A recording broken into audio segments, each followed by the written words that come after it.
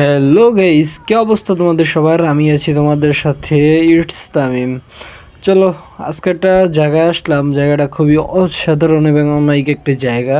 জায়গাটা হচ্ছে নারায়ণগঞ্জের সোনারগাঁও, এটা জায়গাটার নাম। জাদুঘর এক প্রকারের, ছোট একটা জাদুঘরের মতনই, ভালোই অনেক কিছু।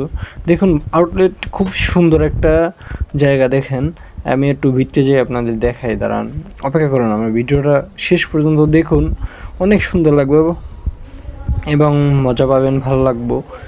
দেখেন, ভিতরে ঢোকার পরে কিছু কিছু ইট টেক্সচার লাগানো আছে।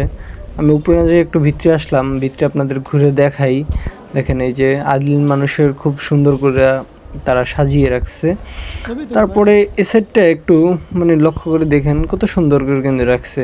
তারপর এই সাইডে দেখেন রাজা বাদশাদের যে ব্যবহৃত জিনিস, মানে সব কিছু, খেলনা ধুলনা, তারপরে শাড়ি গয়না, দেখবেন আস্তে আস্তে সব কিছু আপনার দেখাচ্ছি। দেখেন যে রাজা বাদশারা যেসব জিনিস ইউজ করতো, ওই সব জিনিসগুলো সব এই জায়গায় সংরক্ষিত করে রাখা হয়েছে।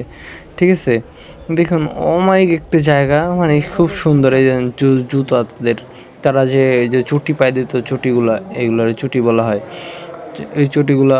তারপরে এই যে দেখেন আসবাবপত্র, ঘরের যে আমরা এইগুলা লাগাই, ঠিক আছে, ওইগুলো সব কিছু কিন্তু সংরক্ষণ করে রেখে দেওয়া হয়েছে জাদুঘরে। এই জাদুঘরে আপনারা কোথা দিয়ে আসতে পারবেন? এই জায়গায় নারায়ণগঞ্জে যারা আছেন তারা তো চিনেন, আর খুব সহজে চিনবেন। সোনারগাঁও এটা জায়গাটার নাম। খুবই সুন্দর জায়গা, ভালোই আছে মোটামুটি। দেখেন ছোট ছোট বাচ্চাগুলো যে চটিগুলো হয় না, ওইগুলোও দেখে রেখে দিয়েছি, কিছুই ফালায় নাই, সব কিছু সংরক্ষণ করে রেখে দিয়েছে, অনেক সুন্দর। তারপরে এই যে উপরে আর একতলা, উপরে আসলাম। এই যে দেখুন বাদ্যযন্ত্র, ওই যে গিটার টিটার ওই টাইপের, ঠিক আছে, ওই টাইপের জায়গা। এটা সে তৃতীয় তলায়, খুবই সুন্দর।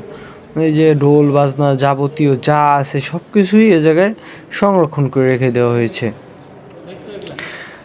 তারপরে দেখেন, আপনারা দেখতে থাকেন, কত সুন্দর। এই যে সব কিছু কিন্তু সংরক্ষণ করে রেখে দেওয়া হয়েছে। আপনাদের আমি ভালো করে দেখাতে পারতেছি না, তারপরেও যতটুকু সম্ভব দেখাচ্ছি, আপনারা এই দেখে বুঝে নেন। এই যে দেখেন অলংকার, ওই যে রানীরা যে অলংকারগুলো পরতো, ওইগুলোই কিন্তু একদম সংরক্ষণ করে, ওই জিনিসগুলোই কিন্তু রেখে দেওয়া হয়েছে, কোনো চেঞ্জ করা হয় না। একেবারে দেখলে বোঝা যায় ধার থেকে। ক্যামেরা তো ভালো বোঝা যায় না, কিন্তু ধারে থাকলে আপনি বুঝতে পারবেন কতটা তারপরে কি আর, এই তো দেখতে থাকেন, কত সুন্দর সুন্দর সব। আমি দেখতে তো অবাক হয়ে যাচ্ছি যে কেমনি সম্ভব। এবার আমরা একটু বাইরের দিক যাই, ভিতর তো অনেক দেখলেন। সোনারগাঁওর বাহিরটা খুব সুন্দর। এই যে দেখেন বাহির, মানে লোকটা খুবই সুন্দর বাহিরের।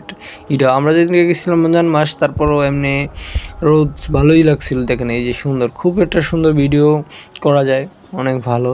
আপনারা গেলে ভালো একটা টাইম স্পেন্ড করতে পারবেন, ফ্যামিলি নিয়ে গেলে খুব সুন্দর একটা টাইম স্পেন্ড করা যায়, একদম সিকিউর একটা জায়গা।